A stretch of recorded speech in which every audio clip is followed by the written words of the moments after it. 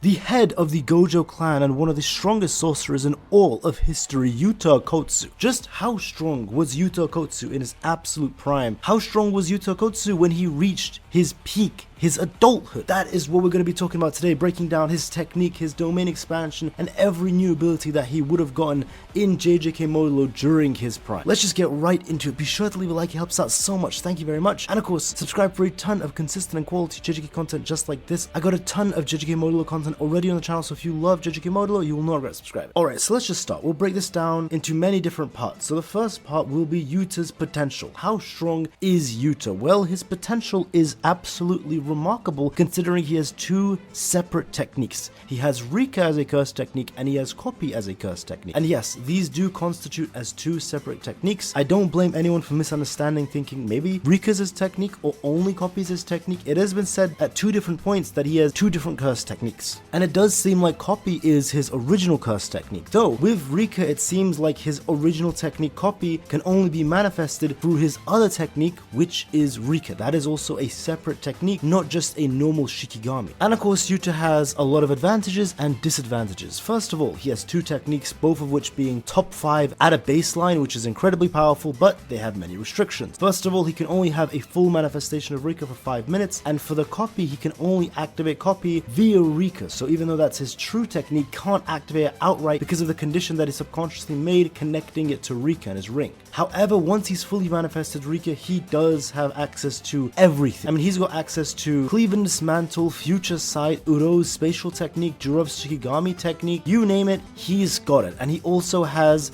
Rika herself, which is insanely powerful. I mean, Rika is just off the charts. She is high tier special grade level alone. We've seen how she was fighting against Sukuna and other top tier sorcerers. I mean, in her partial manifestation, she managed to kill millions of sorcerers at the same time. So she is no joke. And once he activates that full manifestation of Rika, not only does he get access to all of his curse techniques, and of course it becomes a 2v1 where he has Rika helping him, he gets an infinite curse energy supply from Rika. And this is very important because Yuta at a base already has the second highest amount of cursed energy in the series, second only to Ryoma and Sukuna, which is pretty crazy, but the total of Ryoma and Sukuna's cursed energy, Yuta has half of that. And Yuta does have a lot more cursed energy than Gojo. But of course, it doesn't matter for Gojo because he has the 6 eyes, meaning his cursed energy never runs out. But it's important to note that even if Yuta does begin to run out of cursed energy, once Rika is fully manifested, not only does it build up his cursed energy back to the top, but as long as she is fully manifested, his cursed energy supply will remain at 100%. So even when she demanifests, he will be left at 100% cursed energy,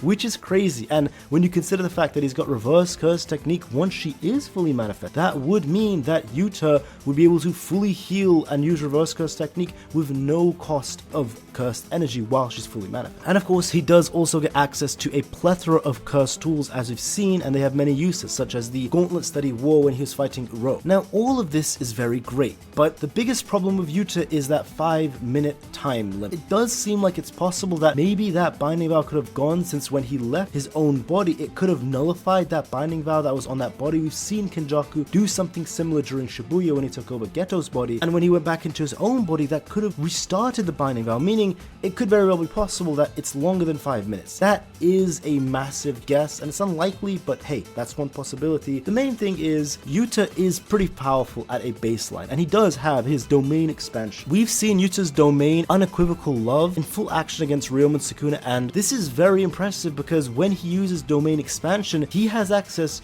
to all of his copy techniques without needing Rika to fully manifest, which is a massive boost. It means that 5-minute time limit is gone, and on top of having access to all of his copied abilities, Yuta also gets access to a sure hit of any of the techniques of his choice. So for example, let's say Yuta copied Uro's Sky technique or Angel's technique, his domain would have that sure hit of, let's say, Angel's technique or Sukuna's Cleave and Dismantle, and besides just having that, he would just have access to all of his copied abilities with no restrictions. I guess the only downside is that he doesn't get to choose what it is when he picks up a copy technique sword. It is random, but still he has access to all of his technique. Absolutely crazy. I will say without question, Yuta's domain fundamentally is the greatest domain expansion in all of JJK. Of course, if Yuta were to clash against Gojo or Sukuna, he would lose in an instant, like probably 1 second, simply because their domains are more refined. In terms of refinement and that sort of thing, of course, he can never compare to the other two, again, at least as of a teenage. But in terms of the fundamental aspects of a domain, his domain outclasses any domain we have ever seen in Jujutsu Kaisen, because not only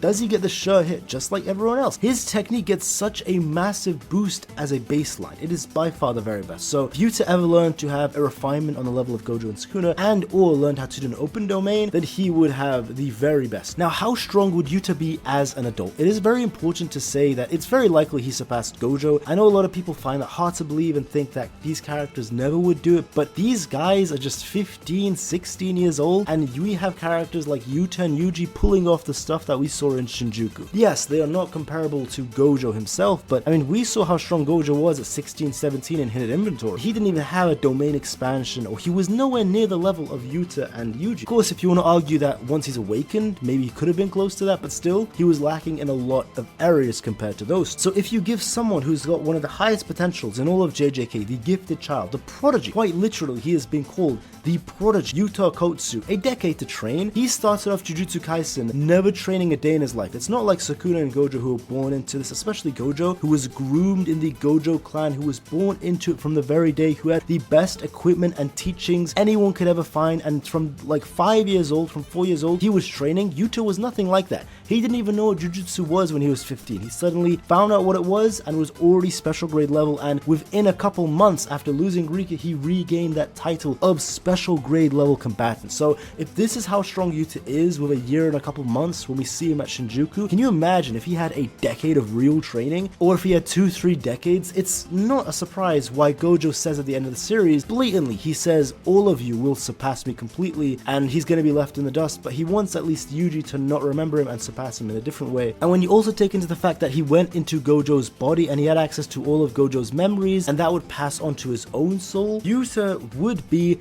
incredibly powerful as an adult. Now, how would he actually compare to Gojo and Sukuna? I do think if Yuta could just get rid of those restrictions that he has, I think he could easily reach that level. I mean, Rika partially manifested is still very powerful, but the restrictions of 5 minutes is just too much. Let's say he was able to remove the restrictions after he got back into his own body, or he could have increased the time limit, so let's say it was 30 minutes or an hour. That would be absolutely perfect for someone like Yuta Okkotsu. The thing is, over time, Yuta could have easily copied more and more techniques as he was the head of the Gojo clan. Maybe he could have gotten it from Cursed Spirits, or maybe he simply could have just gotten it from other sorcerers as he was going out on missions. I mean, within a year, if he got this many copied cursed techniques, I cannot imagine how many techniques Yuta would have had, let's say after a decade of just going after cursed users. It does seem like there is a condition where he needs to eat a body part of a sorcerer and that person must not heal it, but I mean, if he decides to kill people, which he easily could do with cursed users, and he goes the Durov route where he just simply killed him and ate a part of him, then he could just keep that technique forever. He could actually just keep that technique with him. I just don't think it should be a surprise when Yuta actually ends up being one of the strongest characters in the series, and I say one of because Yuji is still around, and I do believe Prime Yuji would have been the very strongest character. Yuta probably would have been close. They could have been neck and neck. I made a whole video on Prime Adult Yuji if you do want to check that out later, but I will say as of Yuta, it would be very disappointing if he didn't surpass Gojo, considering his potential, considering how strong he is at 16 years old, considering how much future he has left. It would be very disappointing if that wasn't the case, and that's why I do believe Yuta Okkotsu did indeed surpass Gojo, maybe Sukuna, but I would say at least Gojo, or he would have reached his level as Gojo wanted to, and did say would have happened at the end of JJK in that final chapter. But how strong do you think final Prime Adult Modulo Yuta would have been as the head of the Gojo clan? Let me know in the comments down below. If you did enjoy the video, be sure to leave a like. It does help out, guys. Thank you so much, and subscribe for a ton of consistent and quality JJK Modulo content just like this. I got a ton on the channel, like I said in the beginning. You will not regret subscribing if you love JJK, but that's all. Have a great day and take care.